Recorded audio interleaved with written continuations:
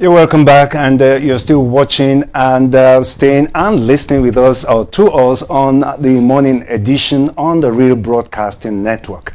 Well, our first conversation this morning will be focusing on the federal government's latest move to disrupt terrorism financing by directing banks and other financial institutions to freeze the assets of individuals and organizations linked to terrorist organizations. Well, indeed, it is something that we've been taking a look at for a while. Security experts have long argued that terrorist groups survive not only because they possess weapons, but because they have access to financial networks that fund recruitment, logistics, and operations. The latest sanctions come as Nigeria intensifies efforts to identify and dismantle those financial networks while working with international partners to prevent terrorist organizations from accessing funds through legitimate financial assistance. Now, we have pictures on the screen. Our television audience can see footage of armed terrorists mocking the government and displaying their presence. And for those who are listening on radio, the images serve as a reminder of the threat these groups continue to pose and why disrupting their sources of funding remains a critical part of the country's security strategy. Now, security agencies say these groups, continue to evolve, sometimes disguising themselves in military-style uniforms and adapting their tactics to evade detection. That has made intelligence gathering and financial tracking even more important in the fight against terrorism. Well, to help us understand how targeting financial networks could affect the fight against insecurity, we're joined by Nsikak Nelson, a cybersecurity expert, defense technology innovator, and systems architect. He is the Chief Executive Officer of Silex Secure Lab and DEFCOM Solutions, and also serves as Executive Director of Technology at X Shield Solutions. Nsikak, thank you for joining us this morning on the morning edition. Thank you for having me today. All right. So let's get straight into the conversation. The federal government has ordered banks and other financial institutions to freeze the assets of individuals and even organizations linked to terrorism financing. From a security standpoint, how significant is this move? Okay, thank you. This is a very significant progress, and we must applaud the federal government for this initiative. As you know, finance drive the operation of the terrorists. So the finance is like the air they breathe. So being able to breathe with so much resources, well, has made the war a little bit difficult for the government to go through. But however, for government, cutting the source of their funding has cut their operation, so maybe 50%, not holistic approach in any way, but is a right step in the right direction. Well, yes, you just hit the nail on the head. Lots of people we speak to, especially security experts like you, and even the police, have already talked about also using the non-kinetic approach. Which is actually what they rely on. Sometimes when you try to kill a snake and you hit it, you haven't cut off its head, they tell you you have only just scotched it and not killed it. So if terrorists rely on funding to sustain their operations, in today's digital world, how do these organizations actually typically move money without attracting attention, the terrorists right now? Because the last time you were here, I remember correctly that you said we should follow the money. Exactly. Yes. You see, following the money is a critical component for fighting terrorism. As you know, I did mention that the terrorists are smart. In one way or the other, they try to invade the systems. Maybe some of our viewers might assume that there will be XYZ account for terrorist XYZ. No. You see, they hide under sock puppet, like fake personnels, right, to move money. They have assets on ground. They have people that funds for them, right? So cutting the asset is one thing for the government, Now, the other thing will be what is called financial intelligence. I don't mean the other aspect of financial intelligence. The government using technology, right, to drive the process of intelligence gathering and investigation, right? Because these are pool of people moving money from one point or the other, right? And most of them have different names relating to it, not really the terrorists. They might be the final endpoint, right? But again, we understand the porous situation of the country. We once saw a process where people will register bank account with fake details, right? And there was a cleaning up process. I don't know how far the cleanup process has gone through the bank, right? But with single identity system such as BVN, names and all that, tracing financial assets will be much easier and faster. Now, is that to say that we do not, as it is right now, the capacity to effectively detect terrorism, financing? Because in the first place, it was even the US that called our attention to say, look, so and so number of Bureau de change operators are the ones who are being used as fronts, as it were, to supply money to these guys. So let's talk about our capacity now to detect terrorist financing. Okay, talking about capacity, we have the capacity, but again, what are we looking into? Now, I will break down the technology infrastructure today. It's amazing when we are seeing that the US are the one detecting this for us.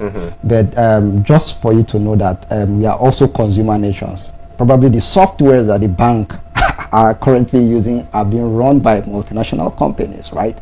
And the Americans, being Americans, they have all the assets to go through transactions because they peg a tag on what they're looking at. They follow the money the way it is. Today in Nigeria, right, we could do 1 million transactions in a trench. In just one bit, you receive it. In America, transactions are properly scrutinized, right? So it's not as fast as you see it here, right?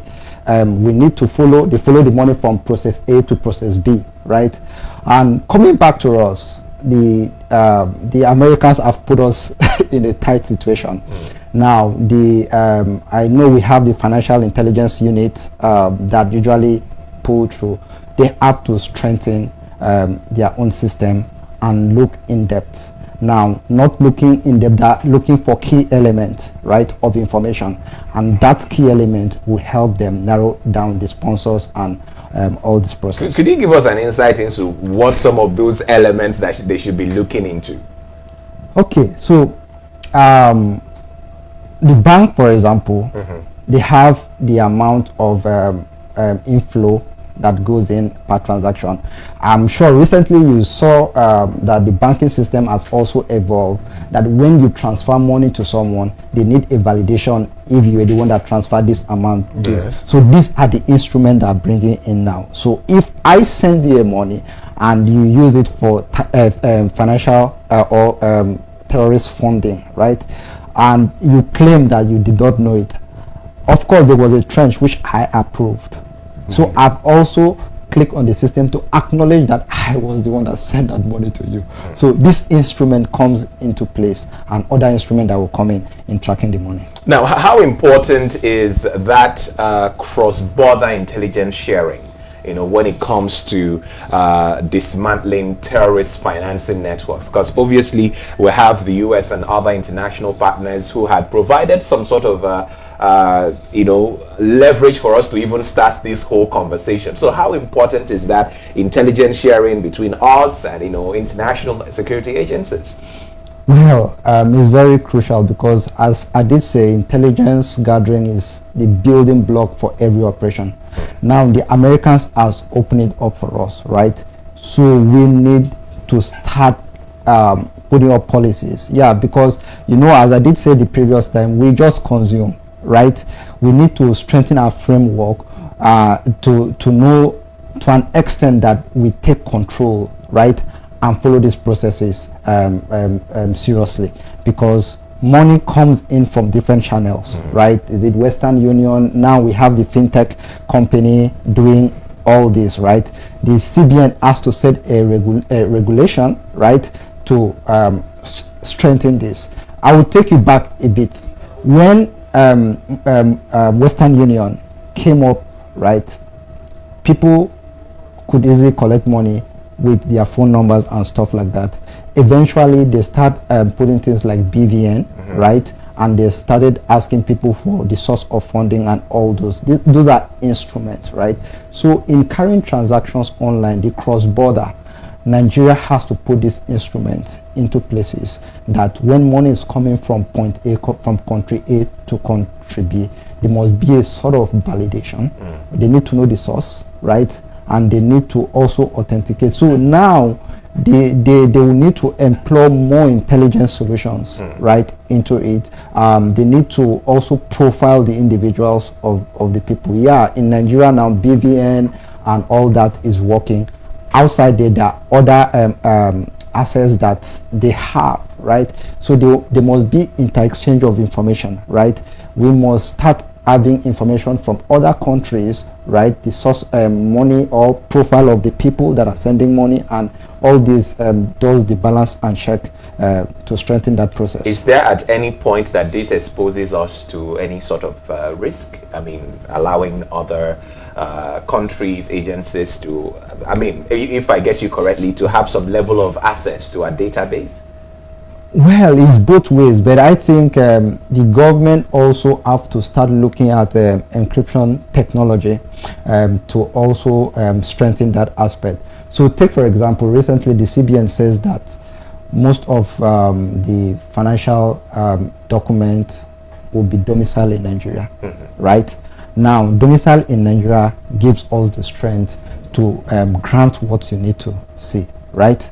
I know it's going to take effect next year because they have to build infrastructure into it. Now, encryption technology needs to come into place, right? Permissions and views and all what need to come into place in international perspective, and international compliance also need to come into place, so that the information you request must go through a chain of command, a trail to understand, are we to give this information, or are this information basic enough for us to give to process these transactions. Well, Mr. Nsikak, thank you so much for all you've been saying. Just want to let you know that before my next question, you two can be part of what we are discussing right now. You can be part of the conversation. All you need to do is just call into 0906 202 9933, 0906 202 9933. You can also send a text message, a WhatsApp chat, or even a voice note. We'll take it. Quickly, let me take it back to you. There's something you normally say. You say we are a consumer nation of technology. All right. And sometimes, the last time we had you here, you told us that these bandits, these criminals, whatever name would like to call them, have access to some form of higher technology than we have. You know, I don't know, the place of our night comes out, all of that. So how do we win the war if they have, you know, some of these technology higher than we do not have? What would you say we should do with our own kind of technology to show it up? Okay, so again, we have to move very fast, and part of the moving very fast is what we are doing now. The financial intelligence aspect has been taken care of, right? The technology aspect have to come into place as well, right? Now, the researchers, as I did often say, that for us to solve this problem, it has to be local engineers within Nigeria that understand the problem, because you and I understand the problem. I'll give you a practical example. When there is an emergency and there is a call for rescue, right? Most time when those calls hit the commands and the military sweep into those areas, you often hear ambush, right? They have been ambushed.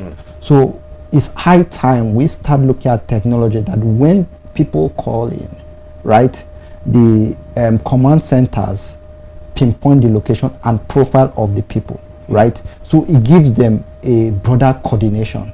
That is one way technology can enhance this, right, in for us to win the war.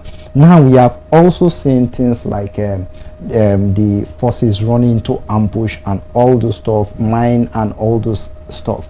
Technologies need to be employed, and these are basic things. So take, for example, a car is driving to a site.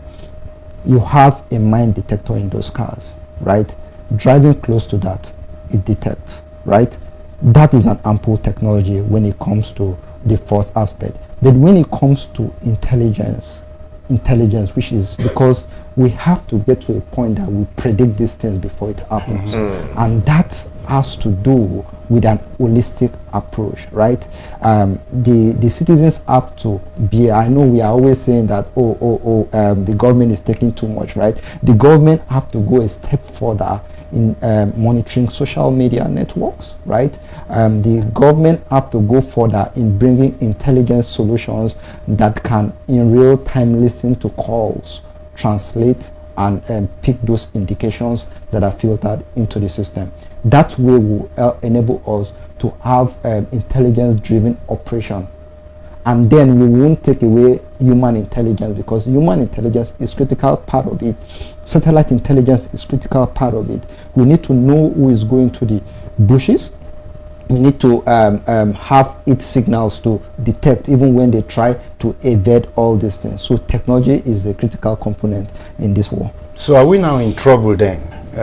Since you say things like you need to listen, government needs to, because of intelligence, need to listen to probably some of our calls, probably our transmission, our messages and all of that. Are we now in trouble? We're not laid bare, nobody. And then talk to us again, as you're answering this, talk to us about the place of the citizens. You say we cannot underscore or we cannot push away what the citizens can do. Tell us directly, apart from the big technological things, the basic few things the citizens can do too. Okay, let me start from the point of citizens. You know, we are, at this point, we are nonchalant in so many things. And average Nigerians will always say, it's not my concern, we have people to do what needs to do. So we have to take these things ahead. When you see things, right, you need to speak and say, now, there's always trust and confidence aspect within the citizens and the government, because if I say this, right, what will happen? Will they give out my information? Will these guys run after me? So what channel should citizens provide information and still remain anonymous, right? That is where the government have to bring instrument of encryption technology, because they have to protect the person blowing or giving out that information. That is in the part of the citizens. Now, on the part of the government, we have to do holistic. See, I will go back to the finance, right? Because that is why we are here in any way. In other country, I once traveled, right? When I wanted to change the dollars, right? My dollars was scanned into a machine. My passport was taken, scanned into the machine, and they matched my identity with the dollars and the serial number, and they gave me their local currency. Now, all this structure went straight, right, to the government infrastructure. The bank saw it, the intelligence agency saw it, right? So if for any reason that dollars was a proceed of crime, it's very easy to be tracked, because there was a mark that either goes through. So we need to start adopting such technology. Today, if you go to the Bureau de Exchange, you could visually call somebody to come and pick your money and change it for you, right? So these are the parts where citizens needs to also adjust in it, because these are things that drive intelligence-led processes. So it's not about the old sophisticated technology, the drone technology. These are part of infusion point, right? In America, for example, they have this intelligence sharing fusion center where the local vigilante infuse data into it, the police infuse data into it, the citizen infuse data into it, then the NSA, the CIA take out, they analyze, they have a group of analysts that analyze this information in real time, cutting across finances, cutting across the gas station, cutting across all aspects of life. These are infusing into a particular structure, and this help the investigation or intelligence process very smoothly any information can be spilled out in few seconds and in few minutes, and here we have with the suspect. All right, just before I let you go, this question I'm asking you answer in 45 seconds or 1 minute. You have the opportunity to sit across Mr. President right now. He's asking for very quick information about technology, and he wants to fight terrorists. What will you be telling him at this point? Okay, very simple. I'll point the president to the areas of technology where it's needed to eliminate this, and these technologies are all around us. What we see in this studio, outside there, the traffic light, the cameras, right, the people you see moving, the sensory system that can be placed on parks and all these places, giving real-time information to the law enforcement agencies.